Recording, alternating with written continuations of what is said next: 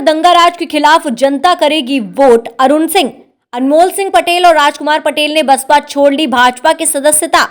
मड़िहान विधानसभा क्षेत्र के किसान इंटर कॉलेज के ग्राउंड में मंगलवार को मड़िहान विधानसभा के प्रत्याशी रमाशंकर सिंह पटेल ने मां विंध्यवासिनी का चित्र भेंट कर व माल्यार्पण कर एसपी सिंह बघेल और भाजपा के राष्ट्रीय महासचिव अरुण सिंह का स्वागत किया।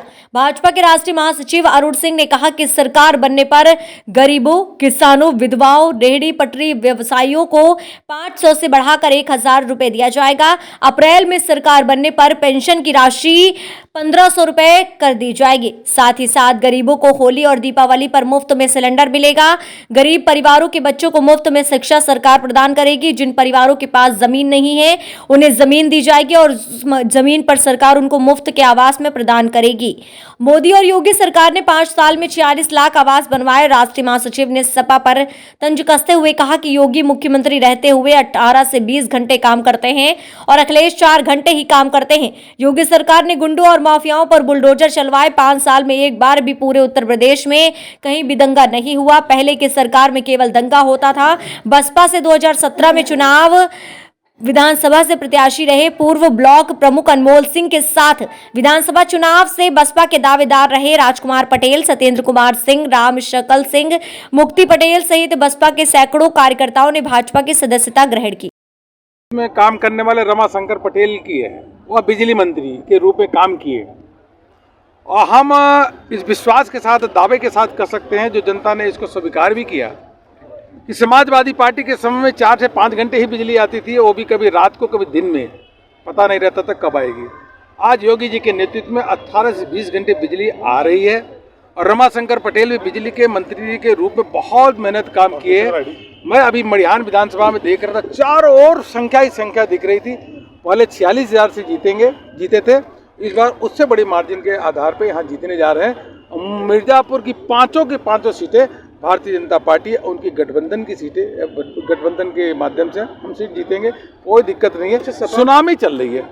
सपा के यहाँ पे गठबंधन फेल हो गया है, 2 प्रत्याशी मैदान में। समाजवादी पार्टी का गठबंधन आज नहीं, शुरू से फेल होता है। पिछले 2017 में समाजवादी पार्टी ने गठबंधन जो किया कांग्रेस के साथ, फेल हो गया, दोनों का सुपड़ा साफ हो गया।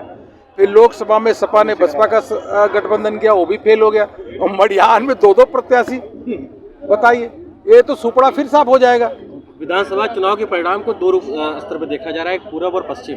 पश्चिम का जो परिणाम है उसको कहीं न कहीं जुबानी फिसल रही भाजपा नेताओं की कि नहीं कम आ रहा है, ज्यादा आ रहा है। वही विपक्षी पार्टियां सपा बसपा उस पर ज्यादा का दावा कर रही हैं। आप किस रूप में देखते हैं परिणाम? मैं पश्चिम के चुनाव में भी काम किया हूँ, वहाँ जाके सभी विधानसभा में जाने का मौका मिला।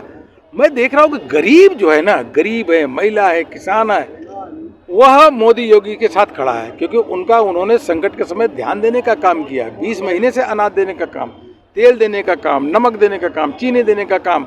महिलाएं जो कभी कल्पना नहीं कर सकती थी, उनका बैंक अकाउंट खुलेगा, बैंक अकाउंट खुलवा कर उनके अकाउंट में पैसा देने का काम। पश्चिम में माना जाता है और मुस्लिम बाहुल्य और यादव बाहुल्य है, इसके कारण यहाँ वहाँ पे भाजपा कम है। ऐसा नहीं, मुस्लिमों की संख्या अधिक है लेकिन यादव बाहुल्य नहीं है।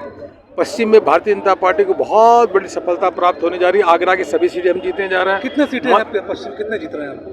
अब वो तो देखिए, वो तो अंक गणित तो आप लोग लगाइए, लेकिन पहले जितना ही सफलता हम प्राप्त करने जा रहे हैं, पहले हमको 52 या 53 सीटें थी, 58 में थी, उतना सीट हम दोबारा जीतने जा रहे हैं। पहले फेज में जो चुनाव हुआ है, गरीब साथ में, किसान साथ में, महिला साथ में। जब ये वर्ग आ गया, तो जब वर्ग आता है तो एक जात बिरादरी के बैरियर को तोड़ करके आता है, तो फिर जात बिरादरी का काम नहीं करता। समाजवादी पार्टी ने जात बिरादरी में के बैरियर में बांधने का काम किया, लेकिन जो योजनाओं का लाभ मिला उसके माध्यम से ये बैरियर कास्ट टूट गया और सब मोदी योगी जी के साथ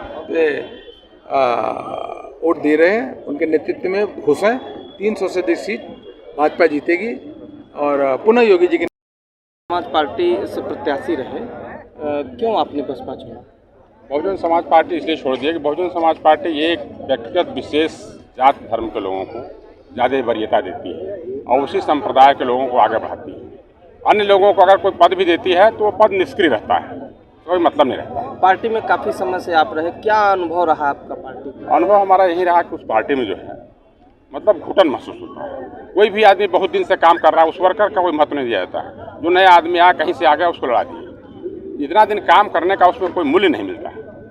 भारतीय जनता पार्टी के अलावा भी तमाम दल हैं, आपने भारतीय जनता पार्टी को ही क्यों चुना? भारतीय जनता पार्टी इतना बेमिसाल काम की, अनुच्छेद 370 जो आज तक नहीं हट सका इतने दिनों में, भारतीय जनता पार्टी ने उसको हटाने का काम किया। भारतीय जनता पार्टी के राज में कोई गरीब नहीं कह सकता कि हम खाने बगैर मर गए। बिना पैसे का निःशुल्क सबको अनाज देना, सबकी व्यवस्था देना, पेंशन देना भारतीय जनता पार्टी ने किया। गुंडा राज को खत्म कर दिया। भारतीय जनता पार्टी का नाम सुनने में गुंडे सब अंदर हो गए, बाहर हो गए। जितनी विशेषता भारतीय जनता पार्टी कही जाए हम एक एक करके गिनाएंगे। बहुत काफ़ी काम ऐसा हुआ है, उसी के शीर्ष नेतृत्व में अपने आस्था दिखाते हैं, उनमें विश्वास रखते हुए हमें भारतीय जनता पार्टी। आगे मोदी और योगी से आपकी क्या उम्मीदें हैं? बहुत उम्मीदें हैं, देश और आगे जाएगा। हम रहें ना रहें, देश रहना चाहिए, ये जो है ये